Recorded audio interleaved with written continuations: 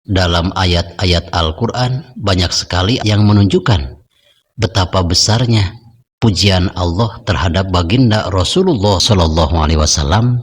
Allah memuliakan derajat baginda Nabi. Kita pun selaku umatnya harus memuliakan, mengagungkan derajat baginda Rasulullah Shallallahu Alaihi Wasallam.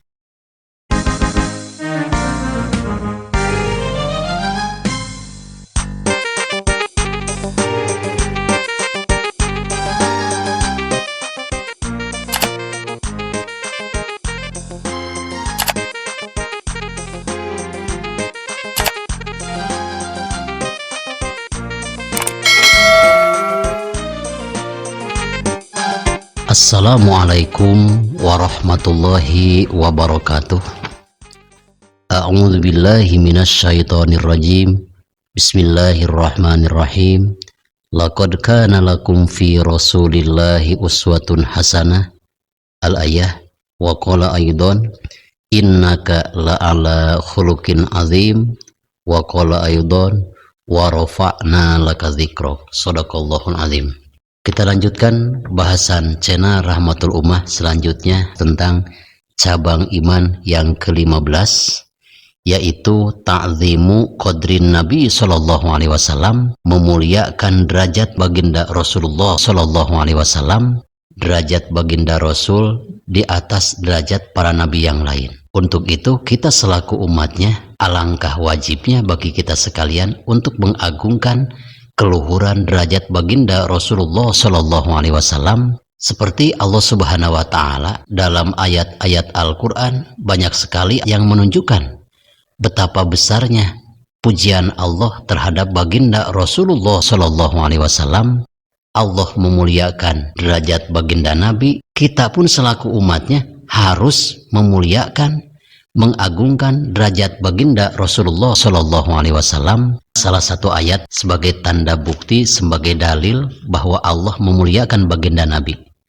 Dalam surat Al-Ahzab ayat ke-56 Allah berfirman, Innallaha wa malaikatahu yusalluna 'alan nabi. Sesungguhnya Allah membaca salawat. Salawat Allah kepada baginda Nabi bukanlah mengatakan Allahumma sholli ala Muhammad. Bukan demikian. Salawat Allah memberikan rahmat kepada baginda Nabi. Juga wa malaikatahu, dan para malaikat Allah pun bersolawat kepada baginda Nabi. Salawat malaikat kepada baginda Nabi bukanlah membaca Allahumma sholli ala Sayyidina Muhammad, melainkan istighfar, memohonkan ampunan untuk baginda Rasulullah Shallallahu Alaihi Wasallam kepada Allah Subhanahu Wa Taala.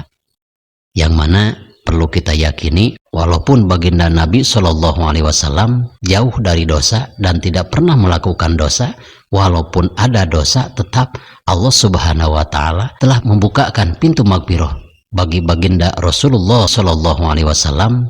Ayat selanjutnya yang menyatakan tentang keagungan derajat atau keluhuran baginda Rasulullah Shallallahu Alaihi Wasallam dalam surat Al-Ahzab ayat ke-21, laqad kana lakum fi Rasulillahi uswatun hasanah.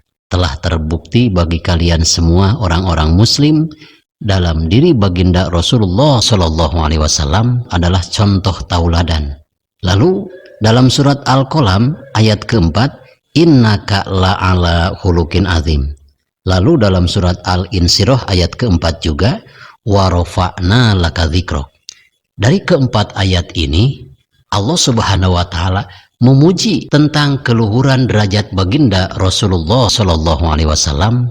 Sahabat channel Rahmatul Ummah yang saya cintai dan Allah muliakan, salah satu cara untuk memuliakan Nabi selain daripada membaca sholawat, ketika baginda Rasulullah Shallallahu Alaihi Wasallam bersama dengan Abu Bakar Siddiq dan Sayyidina Umar, tiba-tiba ada seorang sahabat Nabi yang bernama Aqra bin Habis dari suku Bani Tamim. Sabda Abu Bakar Siddiq, ya Rasulullah, istamilhu firyasah. Angkatlah baginda Rasul Aqra bin Habis ini untuk menjadi pemimpin di Bani Tamim. Umar bin Khattab tidak mengidolakan Aqra, sebaliknya Umar bin Khattab mengidolakan Kok bin Ma'bad. Sabda Umar bin Khattab, ya Rasulullah, angkatlah Kok bin Ma'bad untuk memimpin di suku Bani Tamim. Akhirnya kedua perdebatan ini sangat sengit sampai antara Abu Bakar Siddiq dan Sayyidina Umar mengeraskan suara di depan baginda Rasulullah Shallallahu Alaihi Wasallam. Lalu turun ayat surat Al-Hujurat ayat yang kedua, ya ayyuhalladzina amanu la tarfa'u aswatakum fawqa sautin nabi sallallahu alaihi wasallam wala tajharu lahu bil qaul kajahri ba'dikum li ba'din antahbata a'malakum. Wahai orang-orang yang beriman, maksudnya Abu Bakar Siddiq dan Sayyidina Umar, la tarfa'u aswatakum, jangan mengeraskan suara di atas kerasnya suara baginda Rasulullah sallallahu alaihi wasallam. Maka setelah turun ayat surat Al-Hujurat ayat kedua ini, yang tadinya Umar dan Abu Bakar Siddiq berdebat dengan sengit dengan suara lantang di depan Rasulullah Shallallahu Alaihi Wasallam, dilarang. Karena apa? Kurang sopan santun ketika seorang murid di hadapan guru berbicara lantang. Seorang anak berbicara suaranya lebih keras daripada ibu bapaknya, maka orang tersebut dikategorikan kuranglah sopan santun. Begitupun Abu Bakar Siddiq dan Umar bin Khattab, sebelum turun ayat ini, mereka berdua berdebat dengan sengit sampai suara mereka berdua lebih keras daripada suara baginda Nabi Shallallahu Alaihi Wasallam.